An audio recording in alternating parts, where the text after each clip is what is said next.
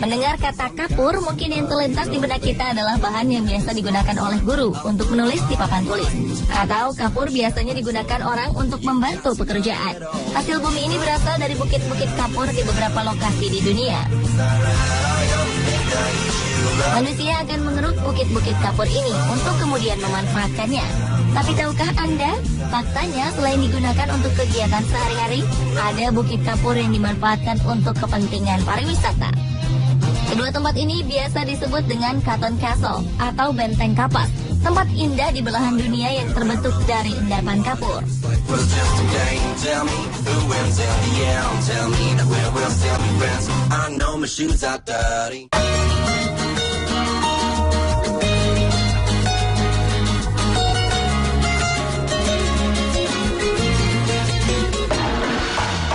Lokasi Cotton Castle pertama berada di kawasan Eurasia, Turki.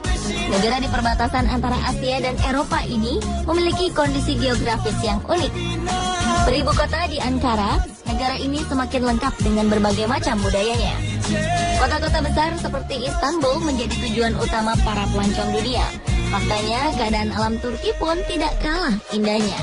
Didominasi oleh pegunungan, di sini terdapat sebuah tempat yang merupakan salah satu surga tersembunyi di dunia. Tempat ini adalah Pamukkale, sebuah cotton castle di provinsi Denizli, selatan Turki. Tempat ini dikenal sebagai kolam air panas alami yang bersumber dari sumber mata air panas yang mengalir dari lembah Sungai Menderes. Untuk mencapai lokasi, kita bisa menggunakan bis selama 3 jam dari kota terdekat, Selçuk.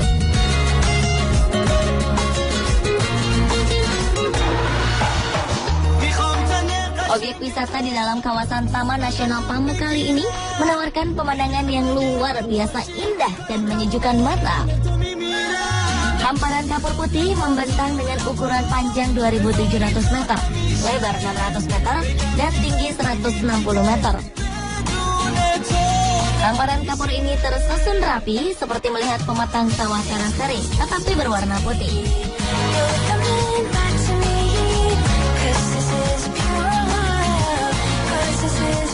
Dalam bahasa Turki, Pamukkale berarti benteng kapas.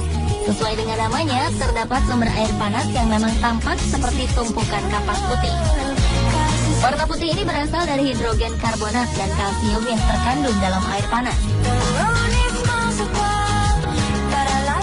Akibat kandungan dalam air panas selalu meningkat, lokasi keluarnya air panas pun membentuk seperti lapisan kapur putih menyerupai air terjun beku.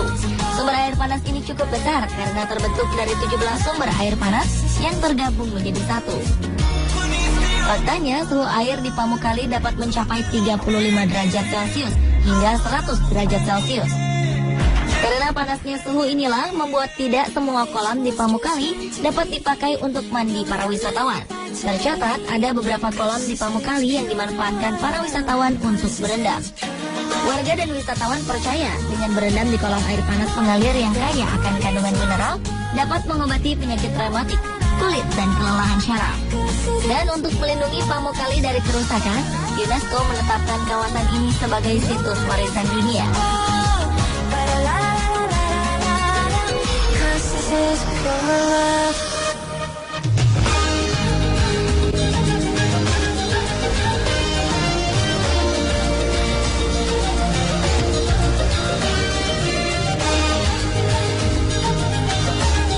Selain di Turki, rupanya Indonesia juga mempunyai lokasi serupa.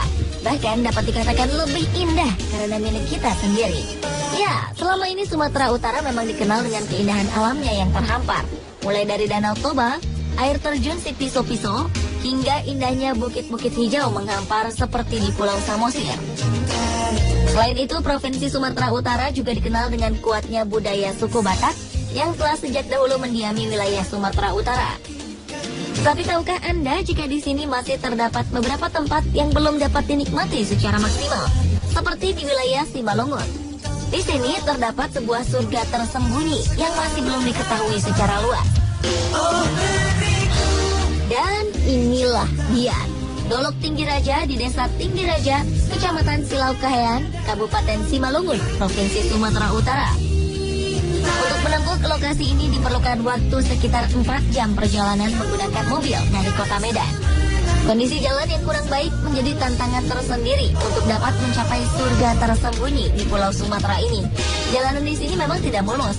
Selain karena pembangunan desa yang sepertinya terhambat, kondisi ini juga disebabkan karena jalanan ini kerap dilalui kendaraan besar seperti truk pengangkut hasil kelapa sawit yang terletak di sepanjang jalan menuju Dolok Tinggi Raja. Setelah perjalanan melelahkan menggunakan mobil, kita harus melanjutkan perjalanan dengan berjalan kaki menyusuri Bukit Batu.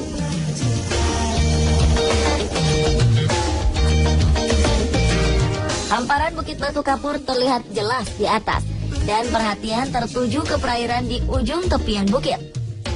Disinilah terletak batuan kapur yang bercampur dengan mata air belerang. Inilah Dolok Tinggi Raja.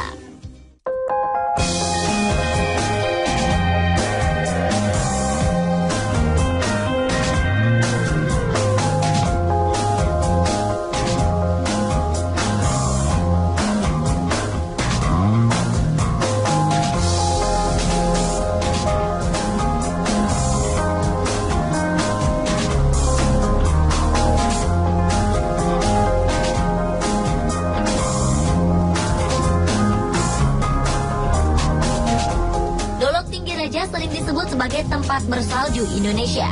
Uniknya, bila salju identik dengan hawa dingin, maka Dolok Tinggi Raja disebut sebagai salju panas Indonesia. Salju di sini sebenarnya bukanlah salju berbentuk gumpalan es yang sering dijumpai di negara beriklim dingin, melainkan kapur yang meleleh karena terkena panas. Selain itu, di pusat pusaran kapur Dolok Tinggi Raja terdapat sebuah mata air belerang. Mata air ini mengalir turun melewati jalur seperti sebuah sawah terasering ke sebuah perairan kecil dengan warna gradasi biru dan indah. Bedanya, kolam di sini tidak dapat digunakan untuk mandi karena suhunya yang tinggi dirasa tidak cocok untuk tubuh manusia. Tetapi jangan berkecil hati, karena para wisatawan dapat mencoba sensasi merebus telur langsung dari mata air di atas pematang kapur. Uniknya, terdapat mitos menarik dari kegiatan ini. Konon, jika kita menaruh 3 butir telur dan merebusnya ke dalam mata air, maka Anda jangan merasa marah atau kesal ketika mengangkat telur yang berkurang menjadi 2 butir saja. Diceritakan warga sekitar, berkurangnya sebutir telur ini sebenarnya tidaklah hilang, tapi mereka mempercayai bahwa para penghuni tempat ini mengambilnya.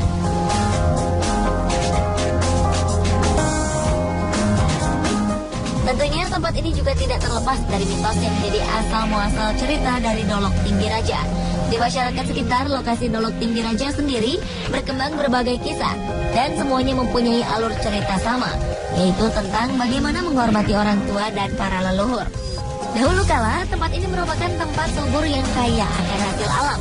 Hingga suatu ketika saat panen melimpah ruah, masyarakat desa mengadakan pesta. Dikisahkan ada seorang nenek renta tidak dapat hadir ke acara rakyat tersebut, hingga raja memutuskan mengiriminya makanan. Seseorang yang diutus untuk pergi memberi makanan itu diketahui mencuri dan tidak pernah memberikan makanan itu kepada sang nenek. Hingga akhirnya sang nenek pun marah dan mulai melakukan ritual melalui media seekor kucing yang diajaknya menari dan bernyanyi. Karena kemurkaan nenek dan kucing inilah, masyarakat sekitar mempercayainya sebagai penyebab adanya mata air panas yang sekarang ada di kawasan Dolok Tinggi Raja.